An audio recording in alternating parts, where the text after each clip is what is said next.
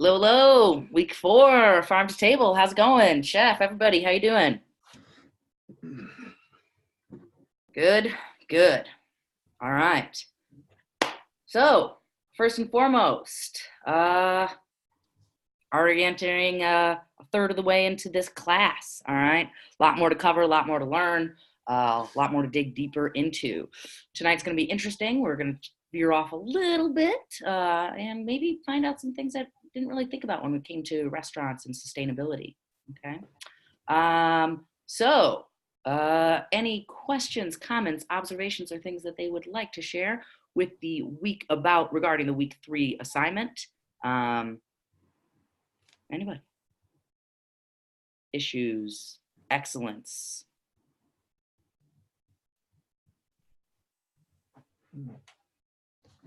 Yeah, Skylar. It's a really fun week. Like I mentioned in my narrative, this is something that I've done before, but it's kind of the first that I've known what it was called. So as mentioned by Chef Rich, is that I'll be able to brag a little bit and mention that term and see who can catch on. But yeah, it's pretty cool. Awesome. Yeah, it is. That's fantastic. It's always fun to. I remember having those same developments in culinary school. Like, oh, I was like, oh, I've been doing this. That's what this is. Oh, there's a reason. There's a technique. There's a term, right? So it's great when you kind of apply that and you're like, oh, that's what I've been doing. I know what that means. Start breaking all these bridges and gaps. So awesome. Cool.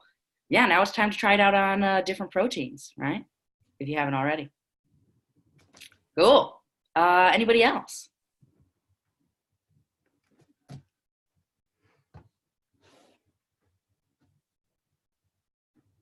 Jeff, anything that you observed that you want to share? Like a lot of people sort of had the same thing, they're like, oh yeah, I've been doing this a lot. But one thing I didn't notice, I got some comments, more than one, and maybe kind of it's just a cooking technique like any other. And a lot of people were like, man, I was really expecting like this like super tender, super moist pork chop, but it came out like dry. And it's a cooking technique, and you can screw it up just like any of the others. So just because you're basting it doesn't mean it's like foolproof.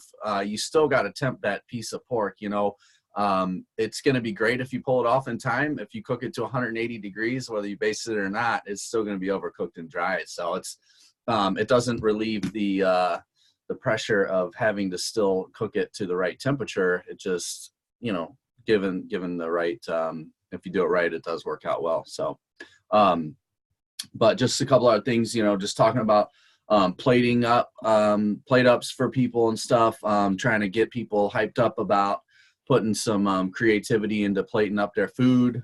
Like we always say, people say it all the time, you eat with your eyes first. So I got a couple that I just saved that I thought were pretty cool, and some things to take into account.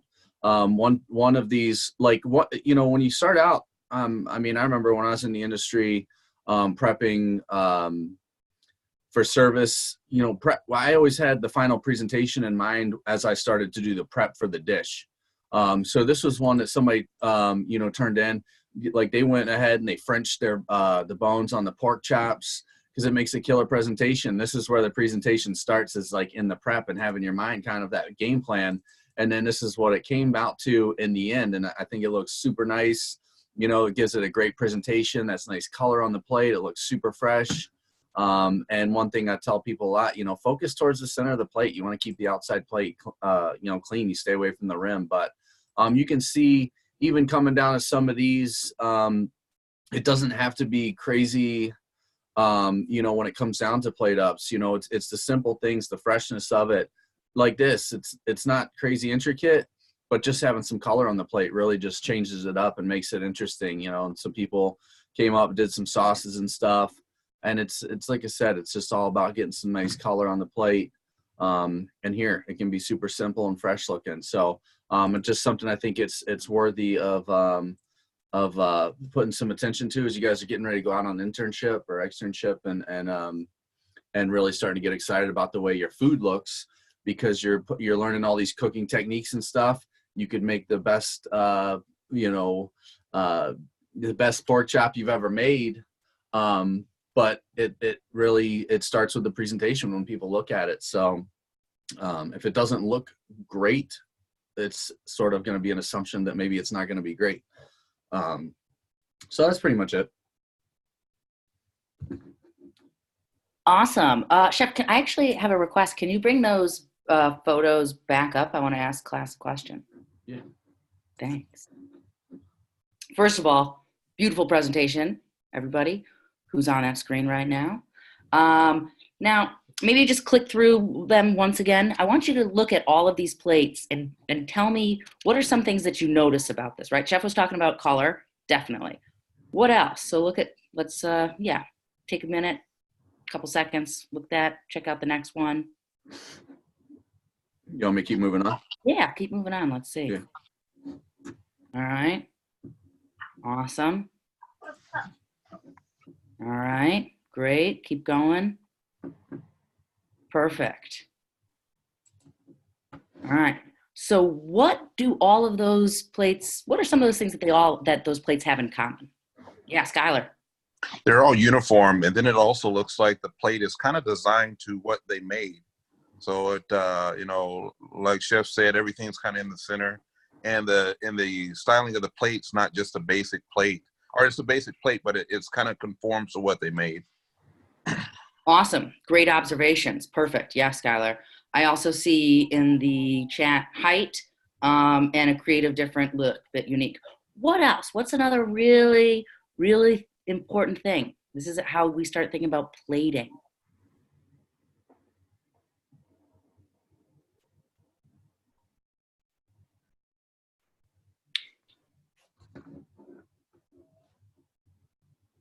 Looks juicy. Yeah. Okay. Great. Definitely. That helps. What about the space on the plate? Okay. Skylar was getting in there where we were talking about the style of the plate. Did you notice the rims and the space on the white plate or even the gray plate? There was space. Okay. So when you're plating, it's not just about what you're putting it on, but it's how you're utilizing that space, the white space or the black space, right? That contrast. You don't have fingerprints. All the rims were clean, right? Going right back to what, yeah, exactly, Sharon. Going back what Chef was talking about. You guys are going on externship next. This is the class to push yourself, to get feedback, to ask questions, to really step your game up. Hey, if I slice that, is that going to be better? Maybe, you know, you start playing around, okay? Remember, play around first with cheap ingredients, all right? Get some chocolate sauce, right? Start drawing on the plate, see what you can do. Make a puree, take a spoon. Again, spoons, forks, really things that are simple. You don't need crazy tools, and you can make really interesting, cool designs and presentations, right? Look it up. All of those plates in common had a real nice contrast of that plate and then the food items. Okay, so love it, love it, love it, love it. Beautiful work. Let's keep pushing. Let's keep excelling. And let's keep learning either the new technique or the new name for the technique and trying it out in new with different proteins, right? Maybe you did do it the based vegetable with a vegetable that wasn't as strong, okay? And it maybe became a little softer, right? So then you think, okay, how can I cut that differently to get a better end result? Or maybe I need to change that product. Go to those root vegetables. How big do I need to cut those? What are those size, uniformity, right? How long is it going to take to baste? Potatoes versus carrots versus parsnips versus celeriac. All right, celery root. Again, also, just like what Chef said, how thick was that pork chop that came out dry, right? Was it thin? Was it thick? Right? This is really important.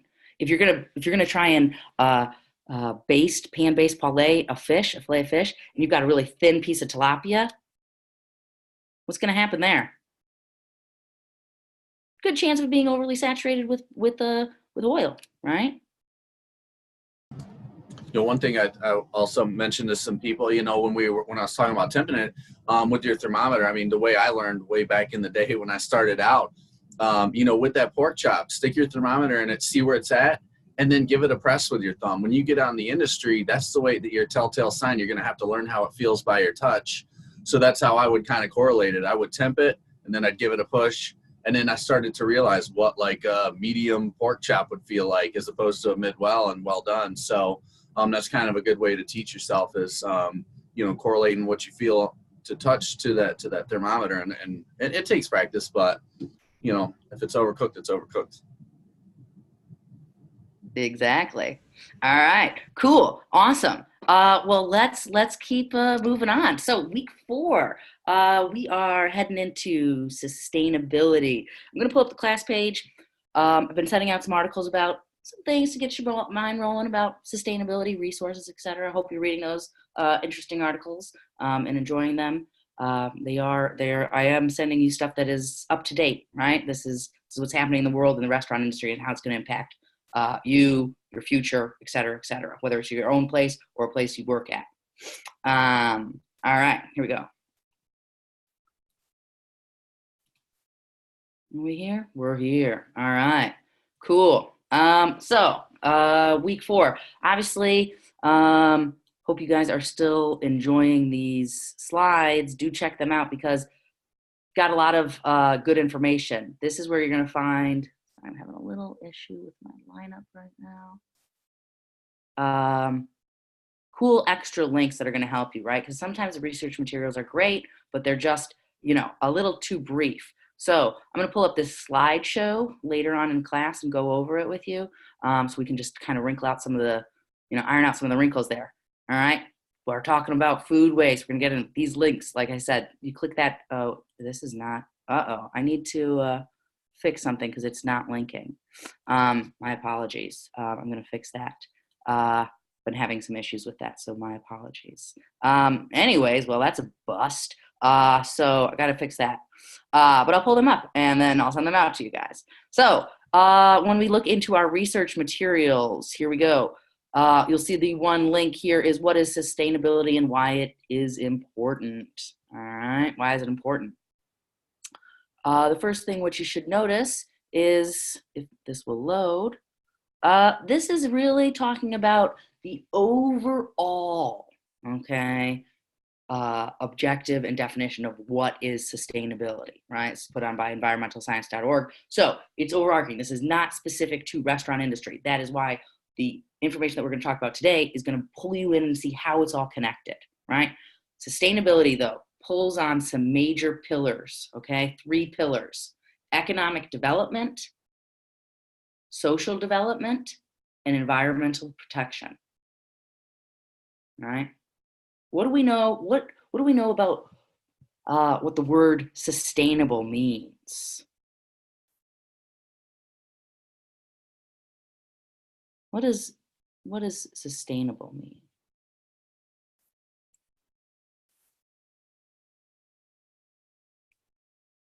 To hold, right? To maintain, right? Right? You're not going to run that out, right? Sustainable. Something's not sustainable, it means it's going to eventually stop, okay? Things need and should be sustainable, right? We want to keep that cycle going.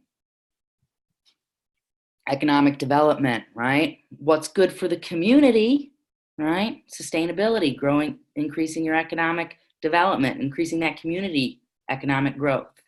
We're going to talk about how you can make that happen within your own town, city. All right. Environmental. What do we know about resources?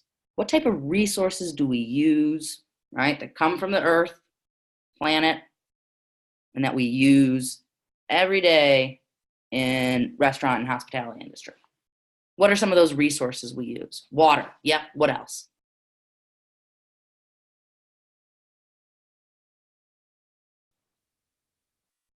Plants. Yeah, totally. What else? Animals. Yeah. Yeah. Livestock and agriculture. What else? What other resources are there that we're using? Fish, yeah. What else? Got water. Let's keep thinking about those types of resources. Sunlight, okay. So make that leap from sunlight to recycling, okay. Sunlight, what about normal electricity, right? How are we running that equipment? What's humming in the kitchen when you shut down your restaurant at night? You see gas. Yeah, gas. Exactly. What's still running when you shut down? Say we close the restaurant for the night. What's still going? Generator? Yeah, what else? Lights. Hopefully you should be turning most of them off. You might have some dim lower lights on. Yeah, what else? The fridge. Yeah, and air. Yep. Air conditioning and heating. Yep. Electricity, right? Fridge, freezer, ice machine, walk-in, cooler, front of the house bar. What's going on, right? Electricity, electricity, electricity, electricity. Somebody else said it, gas. What are we cooking on every day?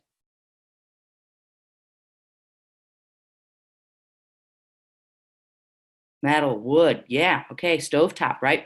What's that fuel? That fuel is gas, okay? What other resources are we using? You guys are doing awesome. We got animals, we're talking about plants, we're talking about light, electricity, water, gas, plastic, paper, boom, yeah. Who's ever been to a restaurant, gotten takeout? All right. Do you ever get a little package of silverware, right? Plastic silverware, right? So now we're talking about silverware, a little flimsy paper, usually, some salt and pepper, right? More paper container there, all wrapped up in another piece of package, plastic, right?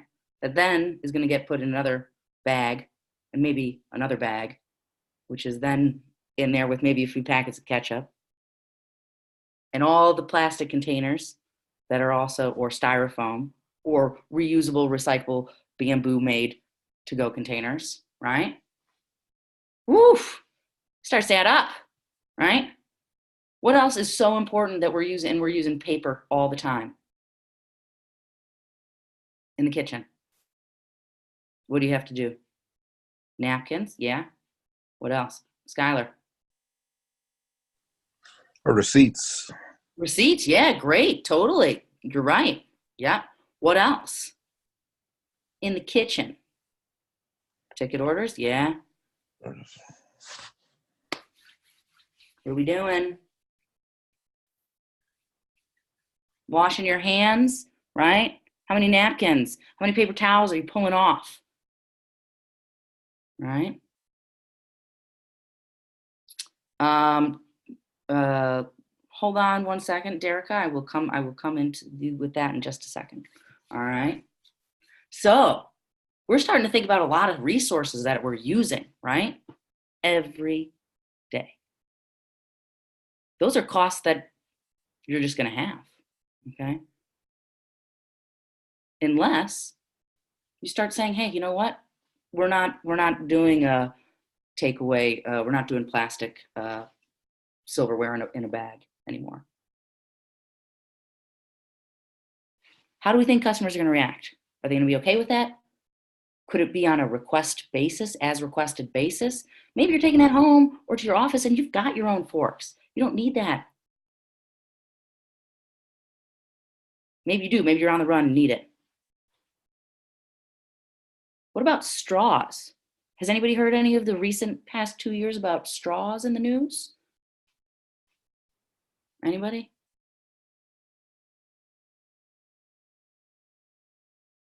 Paper straws. Okay, Melissa, why? Linwood, why? Why paper straws?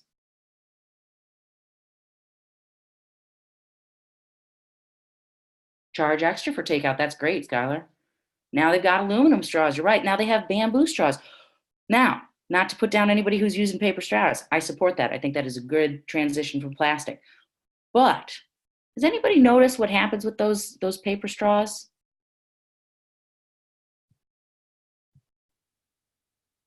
They bend, tear up, disintegrate, boom. Exactly, right?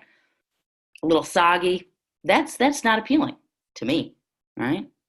So what has happened? People said, okay, those paper straws, maybe not working. Okay, bamboo straws are a new thing. Like somebody said, the aluminum, the metal straws, that's a new thing as well. Now, two things, important things to think about. One, aluminum straws, that could be really dangerous. That could be a lawsuit. Chip your teeth, right? Going in. Be careful with that. All right. Just not saying it's not a good idea. Just saying, be aware of that potential risk. Okay. Now, also, some people, right, who actually need a straw, maybe they don't have the dexterity or capabilities to actually pick up a glass and drink, right? They actually need straws, okay? To actually, if you're disabled in some way and you need a straw, all right? So this is also something to be mindful of, right? You don't necessarily want to eliminate that option because some people say we're taking them all the way out. Well, that's really unfortunate for some people. That would stink. Glass straws could be cool, but highly dangerous, right? Glass shatters, breaks, boom, out. We don't want glass in there, right? Could be really cool. The restaurant establishment, don't do it, right?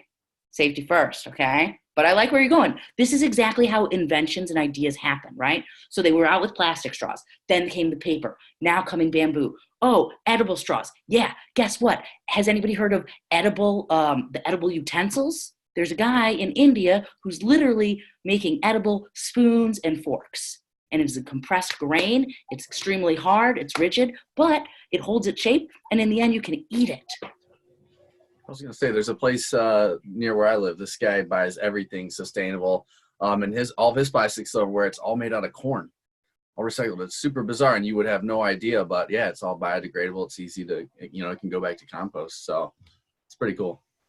Exactly. Now, Mac brings up an interesting point. Eco products are really expensive. Yeah, it's something to take into consider, right? But hold on, hold up, right? Let's pull it back for a second. You know what? The biggest thing that I saw at the National Restaurant Association show, not just last year, but the year before that as well. National Restaurant Association. If you ever get the chance, Chicago, May, go for it. It's one of the biggest events in the industry to see new innovation, technology, product, et cetera, et cetera, et cetera. Guess what was one of the biggest things there? Eco products, plateware, silverware, et cetera. Guess what? The demand is increasing so much that those costs are going to come down. All right. Chef. I was going to say what Frida's talking on the chat about building, incorporating it into the cost. And we used to do the same thing at my two restaurants. Is if they're eating at a restaurant where we would strive to be as local as possible, as farm to table as possible. It's kind of a misconception where people would say, well, if it's local, it should be cheaper. It's kind of backwards. It's usually typically the local stuff tends to be a little more expensive. It's going to be way better. So that's the problem. If you're going to US Foods to buy mass tomatoes, they're not going to be that good. They're going to be cheap. But if you want the good stuff, you buy local. So, having that vibe going on in your place, people kind of gravitate towards that. And I think that there's so much more awareness now that you can incorporate those costs into your menu and kind of help share that cost with your customers. But people I think do appreciate. We used to get to-go boxes. We wouldn't get styrofoam. We'd get the recycled cardboard paper kind of deal. And people are you'd be surprised how receptive they are to pay a little bit more because people are definitely more aware now as to what's going on. So. Exactly. Plus, there's that extra added appeal, right? Maybe you're willing to pay a little bit more, or you feel like you're doing something better. Because here's the example, right? Two restaurants, same block, both cranking out fantastic food. I mean, we're talking about great food, right? Flavors there, textures there, services there, everything's groovy, right? Now, one of them is making steps to be a little bit more environmentally proactive, protective, using sustainable packaging, trying to make some positive shifts, right? In the other place, not doing it. They're just like, I can't make my bottom line. Guess what? Eventually, That other place is going to start losing customers. They're going to go over there. Why? Because the trend and demand is heading in that way.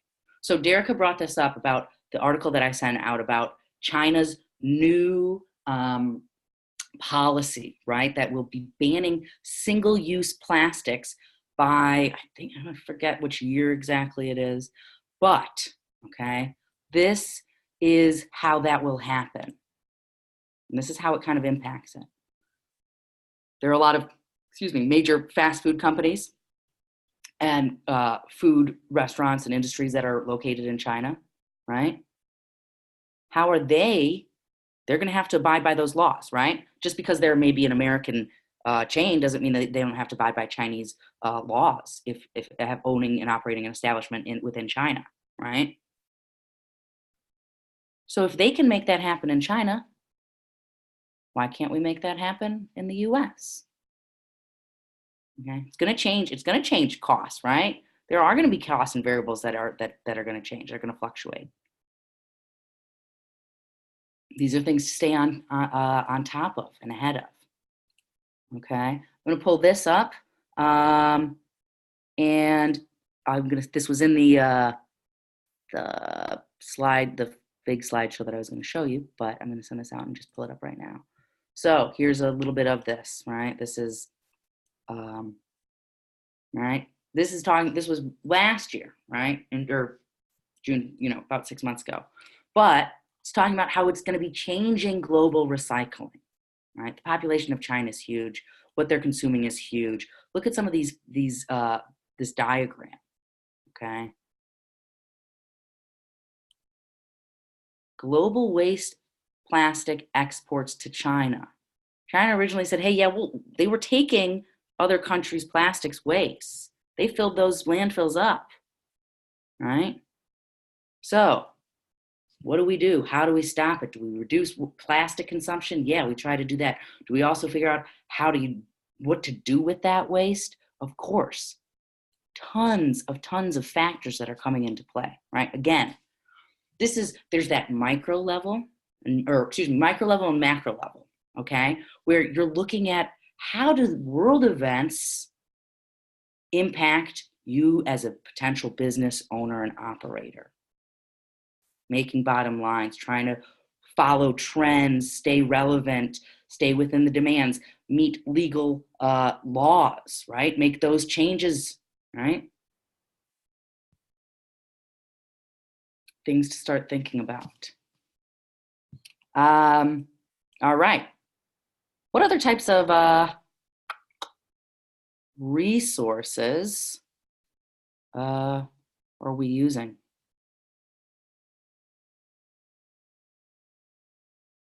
And how do we think we're utilizing that? Does anybody know how much food is estimated to be wasted in the US every year? An approximate.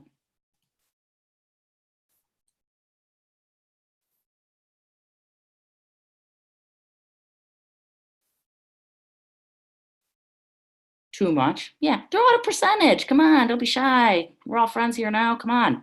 What do you think? 50%. Good guess. Good guess. 30. All right. Yeah. So most reports, right, are going to come anywhere between 30 and 60. I would say that a conservative estimate is hovering around about that 45, right? 40%, right? Now, if I buy, right, let's just make this basic, right? If I buy a banana for $1, okay, I'm going to waste 40% of that, right? So I still paid $1, but now I'm only getting 60%. Does this make sense? Paying that same dollar, part of it's going out. So what just happened to that 60% of the banana that you're going to use?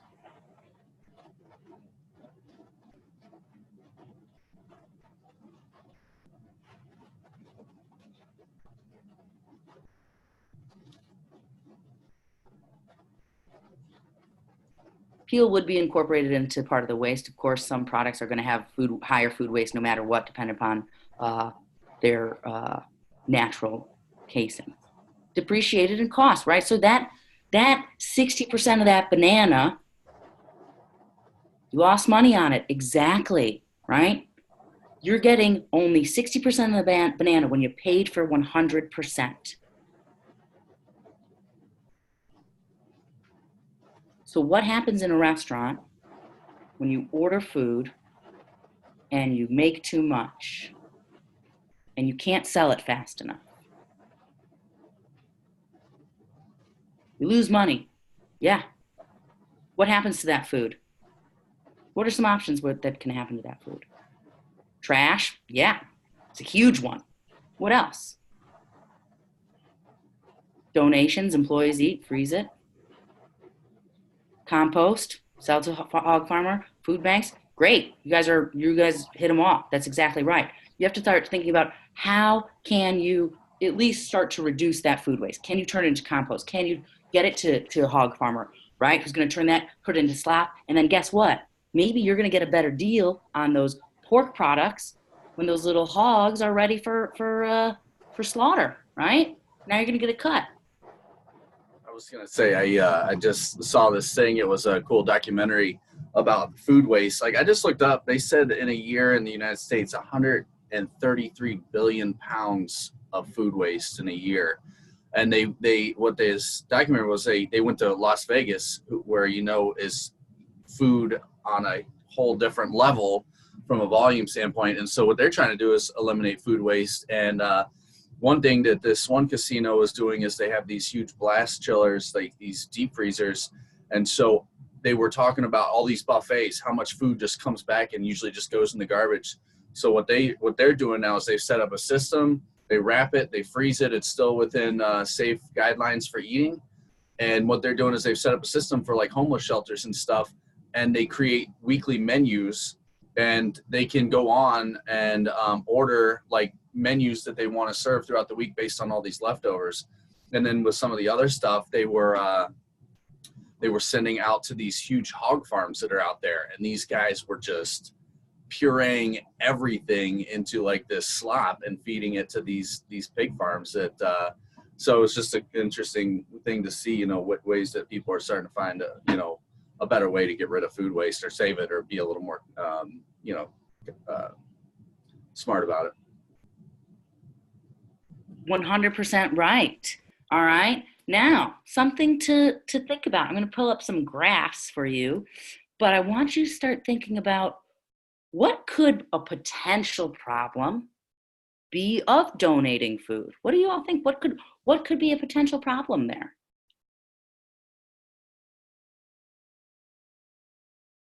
Mishandling, bingo.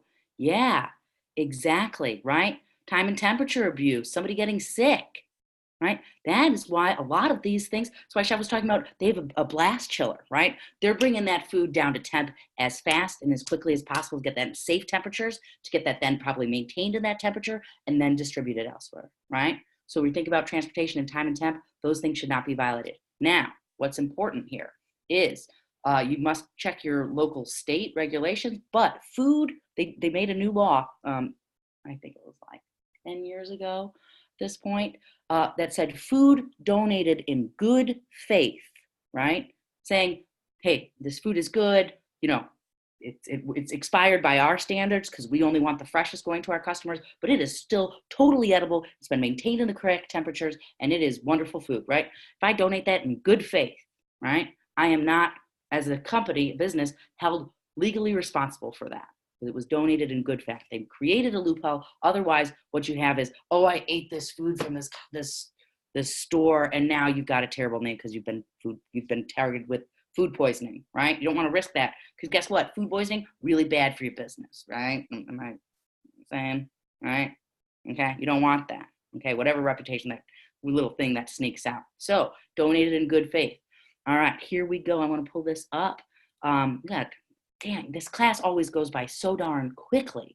Before I pull that other thing up, I want to make sure that we're all on target with the actual class assignment. Like I said, there's always so much to talk about. This is such a wild topic, right? It is never ending. Sustainability, all the little avenues. Here we go. So, all right, you got your knowledge checks, of course. Here we go this week. Granola and a bean salad. Sounds pretty wild. What do we think these two main ingredients, oats and granola, right? Here's the recipe for the granola. All right, oats, and we've got our mixed bean salad and beans. What do we think? What's something that's in common with both of those? Think outside of the box.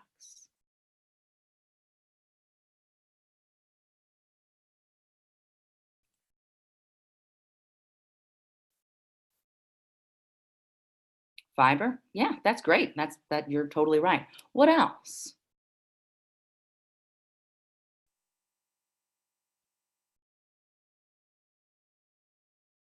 Vegetarian? Yeah, totally. What do we think about what's in common between oats and legumes, dried legumes, things you might have in the kitchen? Yes, you're onto something, Melissa, right? Okay.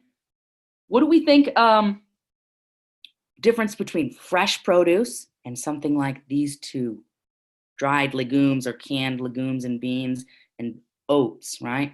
These are both dry. They are around and available. Yeah, they last long, Derica. Exactly. They are shelf stable. They have a long shelf life. Okay. Those are dried and they can be stored for later use. These two also happen to be cover crops. Okay. This is one of those conversations that we cannot really get into. Cover crops. What do they do? What do they do?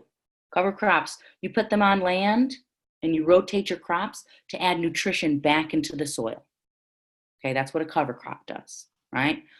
You've been growing one vegetable on this plot of land, for a season. Now we're going to put a cover crop on. We're going to add some nutrients back into the soil, let it rest, then come back, grow again, so that our vegetables have flavor, right? Nutrients, minerals, etc. So cover crops, really good for growing, right? They were used in traditional farming and agricultural methods. Soybeans as well. Yeah, exactly, Vicki. As well as clover and a lot of other edible cover crops. So that's a plus, right? Doesn't mean you're not making anything or growing anything or making any money on that land, right? You're getting something out and you're adding back into your land. Now, so like I said, if you want to do more research on cover crops, go for it, or I can help you out. But that is not as important as the other factors here, which is, let's talk about executing these dishes. All right. So little tricks and things you might need. Okay. Obviously, standard mise en place. We're looking for those required photos. Okay. Honey-based granola, the mustard vinaigrette, and the cold bean salad. If you notice, right, it is a mustard vinaigrette that you do need to make by hand. Just like you're back in CU122, we want to see that action, right? You don't have to make a ton of this. There is the recipe on the class page, which is located right here. Mustard vinaigrette for bean salad. This takes you to a Google Doc, all right? This is pulled straight from Gislin, your textbook. And what you'll notice is this is a yield of 1 quart, all right? 1 quart, that's a lot of vinaigrette, right? What is this recipe here for mixed bean salad called for that mustard vinaigrette? 4 ounces. You need 4 ounces. You do not need a full quart of vinaigrette. If you want to make it and serve it and use it for something else, go ahead, get after it, right? Big old batch. You don't need to make that much, right? Convert this recipe, all right? Remember, a quart is 32 ounces. You're going to be needing to know how to convert recipes when you're on externship, when you're in the kitchen. Otherwise, what could overproduction lead to?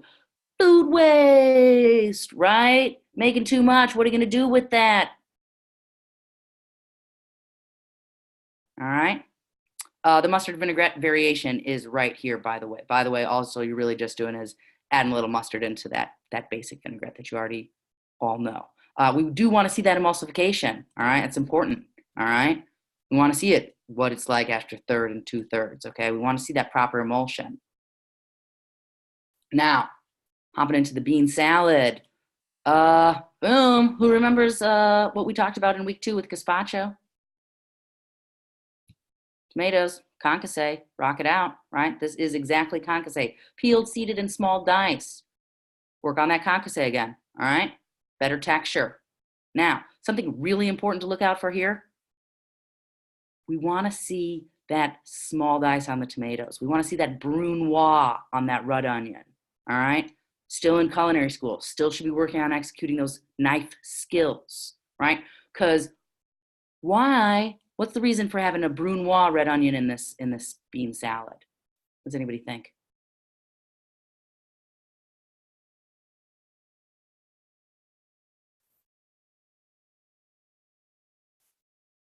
So it won't be strong. Perfect bite. Boom. You all got it. Awesome. Loving this. Needs to be small bites, right? You don't want to crunch into a huge piece of onion unless you're me. Okay. So you can't make it for me. You got to make it for the majority. All right. Just like, oh, I like onion, I'm going to add a big chunk. No, right? Remember, you're cooking for the customers, the general base. You're not cooking for your own personal preference. Okay. What does that mouth feel like? Right? How's that texturally? How does it balance? Now, a few other comments regarding this assignment. If you are working on a budget, looking for food waste, right? Trying to reduce costs, guess what? Buy them drained. Buy your beans, excuse me, not drained. Buy them dried, okay? Cook from starch. Also work on your bean cookery, all right? If you can't, you press for time. You can do canned. You can do the can. If you can do the can, right? So do that. But highly suggest if you're working on a budget, buy yourself those bags, take out the round, soak overnight, cook. All right. Now, if you can't find all of these beans, you can substitute, sure. Pinto bean, et cetera, et cetera, et cetera. Great Northern, whatever. Go ahead and substitute those. Black-eyed peas, pigeon peas, those will work. If you cannot find both green and black olives, pick one, all right? And if you can't find them with the pit, right, they're obviously going to be already pitted, so sliced. Now, a few things to note here. Why do we think we're asking for 2 to 4 hours of refrigeration before tasting? Now, before serving, I want you to taste it once you've incorporated or mixed, all right? Then 2 to 4 hours later, you're going to taste again. And I think somebody in the chat has the answer, do we? So it does not sweeten or overpower, to set flavor. Yeah, actually, so that flavor, that mustard vinaigrette starts to mesh and get absorbed, right? You don't want these totally individual flavors bursting out. That's going to happen if you serve that immediately. Just like when you make a fresh pico de gallo salsa, let it chill. Let those flavors kind of become friends, right? That onion's releasing some aroma, that juiciness, that texture, right? So, also, really just gonna nail it home. The mustard vinaigrette, 4 ounces. If you drown these beans in a bunch of a vinaigrette, the proteins are just gonna start to, and those beans might start to fight back a little bit. All right, you don't want that drowning. Who wants to eat a mouthful of mustard vinaigrette? Nobody. All right, not even me, maybe. Okay, so one other thing. Let's talk about the, wait, before we go, any questions on the mixed bean salad?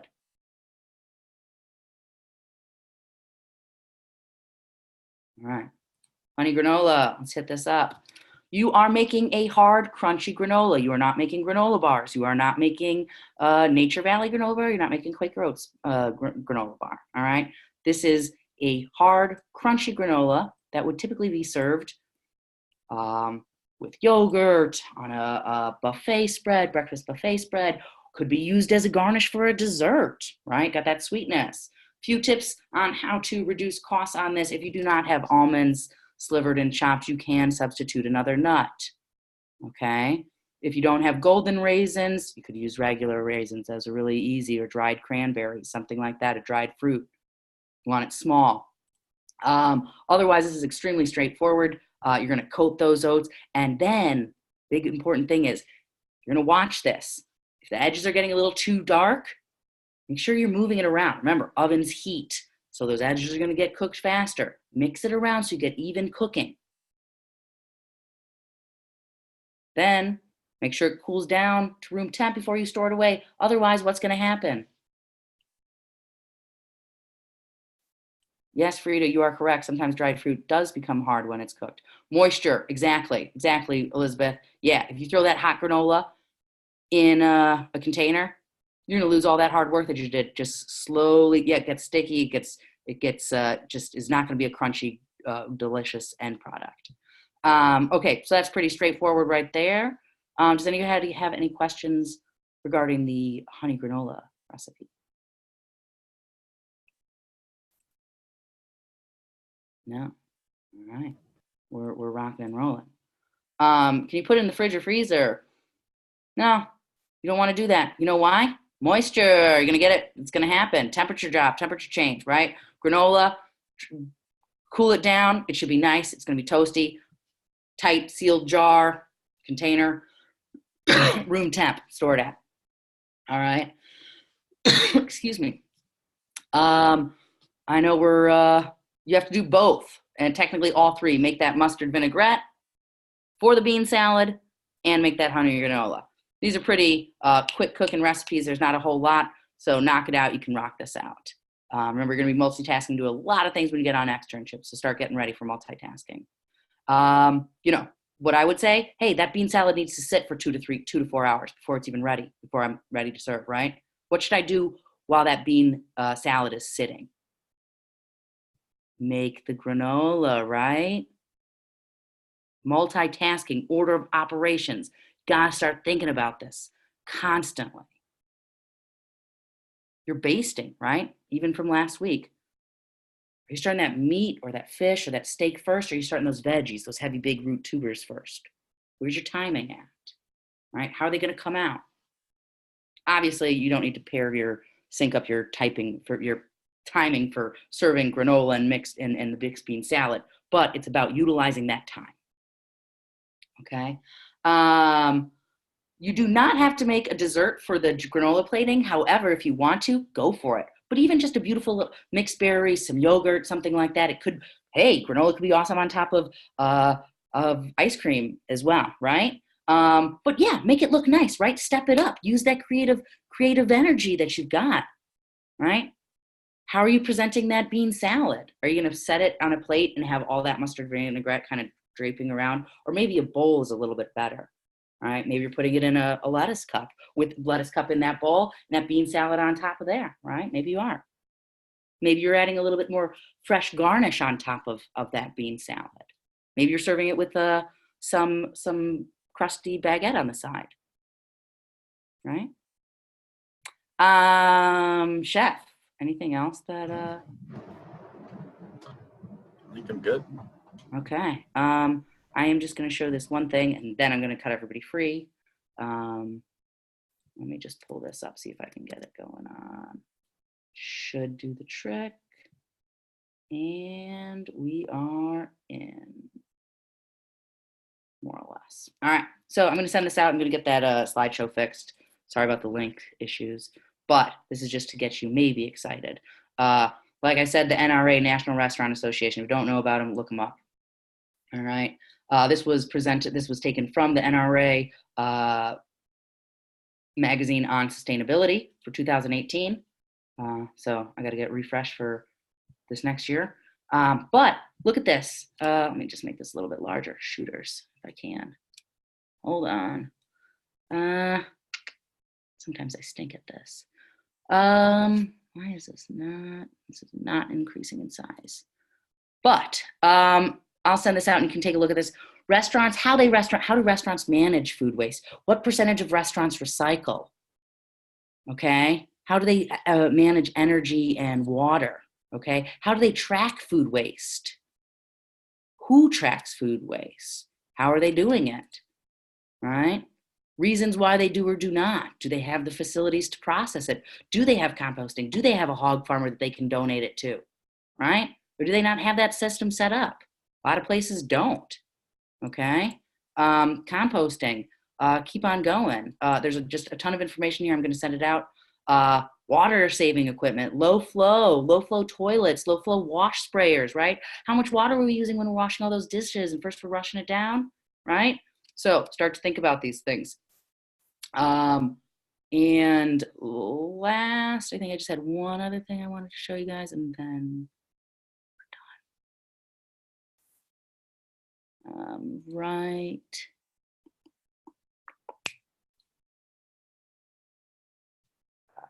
Here. I'm going to think about last topic. Fryer oil. We've been talking about oil. What are we doing with that? All what happens to that oil? What can we do with that used fryer oil? I used to have a guy that would come pick ours up. He would run his vehicle on it. Bingo, chef. Exactly, right? You can actually, as it says, recycled fryer oils can be transformed into alternative fuels like biodiesels, all right? Chef just said he knew a man, all right? He was doing it. He was running his truck off that. It's a possibility. It's a resource. Why are we throwing it down our drains? And if you are throwing it down a drain, guess what? Somebody's gonna be coughing up some change when that drain is constantly getting clogged. All right. So, yeah, cost fix it. Exactly. Cool. I'm going to send out more information. Ladies and gents, thank you all for being here tonight, contributing. You're all on fire with your answers. Love it. Let's keep this going and reach out if you have questions. Thanks, Chef. Night, everybody.